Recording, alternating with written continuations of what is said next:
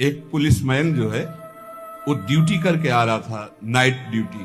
तो रास्ते में एक नवयुवती मिली, तो उसने कहा कि मैं रास्ता भूल गई हूं और आज आप अपने घर ले चलो। उसका ब्याह हुआ नहीं था, पवित्र भाव से वो घर ले गया। जब घर में ले गया तो फिर उसका पवित्र भाव हो गया उस युवती का। वो तो घर ही था।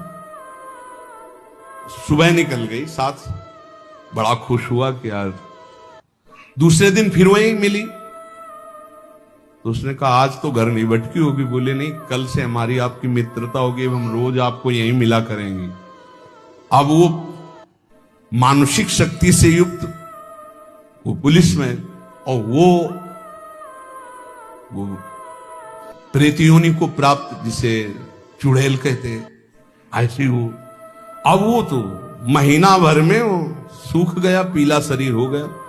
वैद्य के पास गया तो वैद्य ने कहा कि ऐसी दशा किसी शारीरिक सहवास से नहीं होती, तुम्हारा कोई मतलब एक अलौकिक शक्ति है जो तुम्हारा शोषण कर रही, वो स्त्री नहीं है।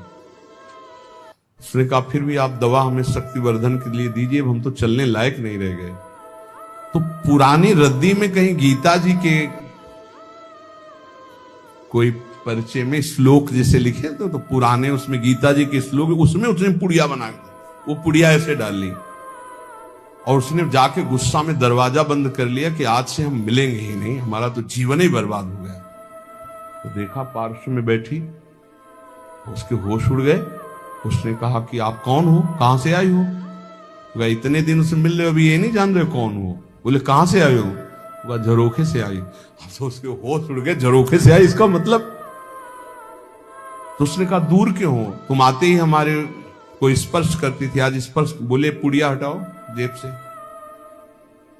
उसने पुड़िया में क्या? बोले इसमें गीता का श्लोक लिखा हुआ है, मैं तुम्हें स्पर्श तब तक नहीं करूंगी जब तक है, और देखो तुम हमें तनिक भी प्यार करते हो तो पुड़िया हटाओ। उसने कहा पुड़िया कैसे हटा सकते हैं? अब उस दिन वो बैठी रही पर स्पर्श नहीं हुआ, और समय आने पर चली गई। दूसरे दिन उसने गीता का पूरा जेब में रख लिया, और जहां आती ना यदा यदा धर्मस्य ग्लानिर्भवति, आना ही बंद हो गया।